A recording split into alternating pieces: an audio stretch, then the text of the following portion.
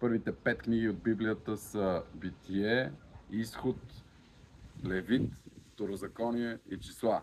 Може би не са точно в този ред, но те представляват основната част от закона за евреите и някои от тях служат като основа и за мюсюлманите.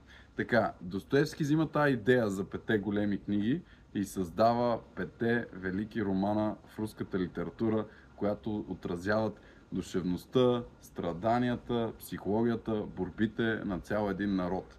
5 големи творби на Достоевски или 5 големи романа са Престъпление и наказание, Идиот, Бесове, Братя Карамазови, горещо препоръчвам Братя Карамазови, определен като един от най-великите романи в историята, ако щете, и Юноша. Та, имате 5 книги от Библията и 5 книги на Достоевски, които общуват помежду си като значими за цял един народ.